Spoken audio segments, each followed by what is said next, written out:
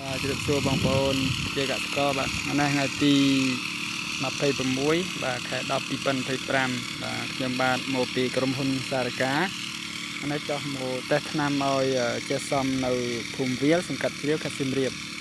បាទស្រូវគាត់អាយុ15ថ្ងៃហើយស្រូវគាត់មានប្រភេទសាន់ល្អិតហើយនឹងដល់អាយុត្រូវបាញ់ប្របែកគុំបាទអញ្ចឹងខ្ញុំប្រើថ្នាំខាងក្រុមហ៊ុនសារកាមានដូចជាបាទខ្ញុំប្រើសារកាបែកគុំបាទសារកាបែកគុំ50ក្រាមហើយនឹងប្រភេទសារកាស៊ីហ្វាតដែលកម្ចាត់សត្វល្អិតបាទខ្ញុំប្រើ25 cc 25ក្រាមបាទហើយនេះសារកាបំពន់វគ្គ1បាទខ្ញុំប្រើ100 cc អញ្ចឹងខ្ញុំប្រើ3មុខចូលគ្នាហើយបាញ់លើស្រែរបស់គាត់បាទចំនួន2ធុង